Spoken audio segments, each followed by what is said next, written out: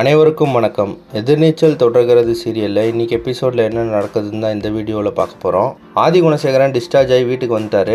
அப்போ ஈஸ்வரி நந்தினியை பார்த்து எல்லாருக்கும் ரொம்ப நன்றி கையெழுத்து போட்டதுக்கு அப்படின்னு சொல்கிறாரு. அதுக்கப்புறம் ஆதி குணசேகரன் ஈஸ்வரி கிட்ட தர்ஷனோட கல்யாணம் நல்லபடியாக நடக்கணும், அதனால் பத்திரிக்கை அடிக்கிற வேலையை பாருங்கள் அப்படின்னு சொல்லிடுறாரு. இன்னொரு பக்கம் ஈஸ்வரியோட அப்பா போய் நந்தினிக்கு அட்வைஸ் பண்ணார். அப்போ நந்தினியும் அவர் அட்வைஸை கேட்காம அவரே எதிர்த்து பேசிட்டாங்க.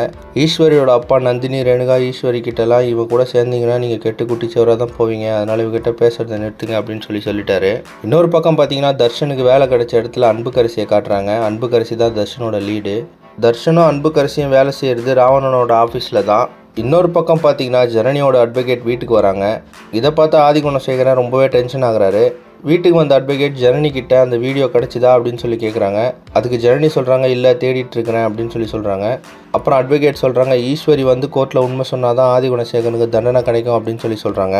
இப்போ ஈஸ்வரி ஆதி குணசேகரனுக்கு ஆதரவாக கையெழுத்து போட்டதுனால ஆதி குணசேகரனுக்கு எதிராக சாட்சி சொல்ல போகிறாங்களா, இல்லை ஜனனி அந்த வீடியோவை கண்டுபிடிச்சி ஆதி குணசேகரனுக்கு தண்டனை வாங்கி கொடுக்க போகிறாங்களா அப்படின்றத அடுத்தடுத்த எபிசோடில் பார்த்து தெரிஞ்சுக்கலாம். இந்த மாதிரி எதிர்நீச்சல் தொடர்கிறது சீரியல் அப்டேட்ஸ்க்கு நம்ம சேனலை சப்ஸ்கிரைப் பண்ணுங்கள், ஃப்ரெண்ட்ஸ் அண்ட் ஃபேமிலிக்கு ஷேர் பண்ணுங்கள். நன்றி.